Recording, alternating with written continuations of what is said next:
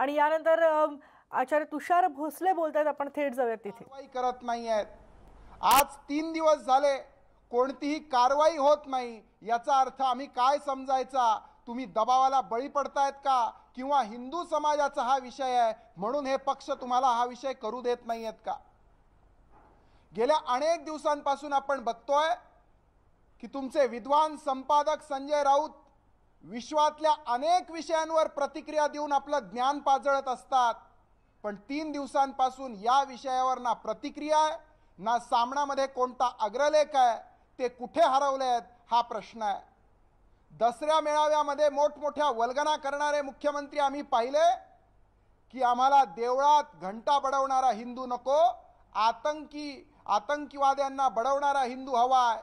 मग मुख्यमंत्रीजी 3 दिवस झाले आज शर्जीलवर कोणतीही कारवाई का होत नाही याचं उत्तर तुम्हाला द्यावं लागेल. आणि जर तुम्ही 2 दिवसाच्या आत या शर्जील उस्मानीवर कारवाई केली नाही तर हिंदू समाजाच्या स्वाभिमानासाठी आम्हाला रस्त्यावर उतरावं लागेल. गृहमंत्र्यांना आम्ही घेराव घालू आणि हिंदू हृदय सम्राटांचा वारसा आम्ही चालवतोय हे दाखवून देऊ.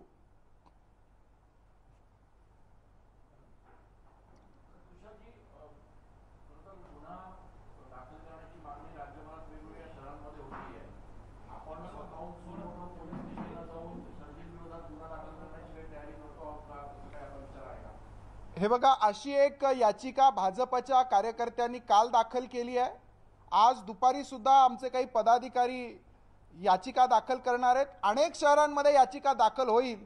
पण मला सांगा, ज्या एल्गार परिषदेला पोलीस बंदोबस्त होता, पोलिसांसमक्ष ही घटना घडलेली आहे, सगळं व्हिडिओ फुटेज रेकॉर्डेड असताना याचिका दाखल करण्याची गरज काय आहे? जर यांच्याकडे हिंदुत्व असेल तर हिंदूंच्या सुरक्षेसाठी हे सरकार काही पावलं उचलणार आहे का?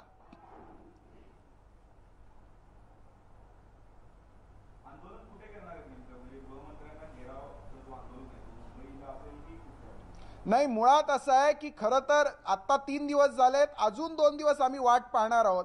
5 दिवसामध्ये तरी मुख्यमंत्री उद्धव ठाकरेजी त्यांच्यातल्या हिंदुत्वाची ज्योत आम्हाला दाखवणार आहेत का, हा पहिला भाग आहे. आणि ती जर दिसली नाही तर आमचं कर्तव्य म्हणून ज्या ठिकाणी गृहमंत्री असतील त्या ठिकाणी आम्ही गृहमंत्र्यांना घेराव घालू.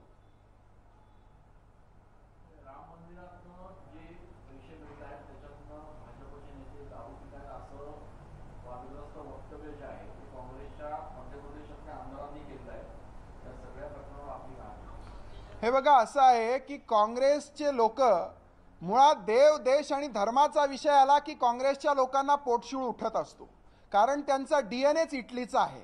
त्याच्यामुळे राम मंदिराचा विषय आला की परवाकडे सचिन सावंतांनी टीका केली, आज कोणीतरी मध्य प्रदेशचा आमदार टीका करतोय. मला वाटतं त्यांना, सचिन सावंतांना याच्यात धंदा दिसतोय आणि यांना दारू दिसते आहे. दारू आणि धंदा हाच काँग्रेसच्या रक्तातला विषय आहे. त्याच्यामुळे मनी वसे ते स्वप्नी दिसे हीच यांची नौटंकी आहे. एल्गार परिषदेत शर्जील उस्मानी यांना अत्यंत वादग्रस्त वक्तव्य केलं होतं आणि त्यावरूनच भाजप आक्रमक झालेले दिसे. यानंतर आपण इथे एक ब्रेक घेतोय. ब्रेकनंतर बघणार आहोत आणखी काही महत्त्वाच्या घडामोडी.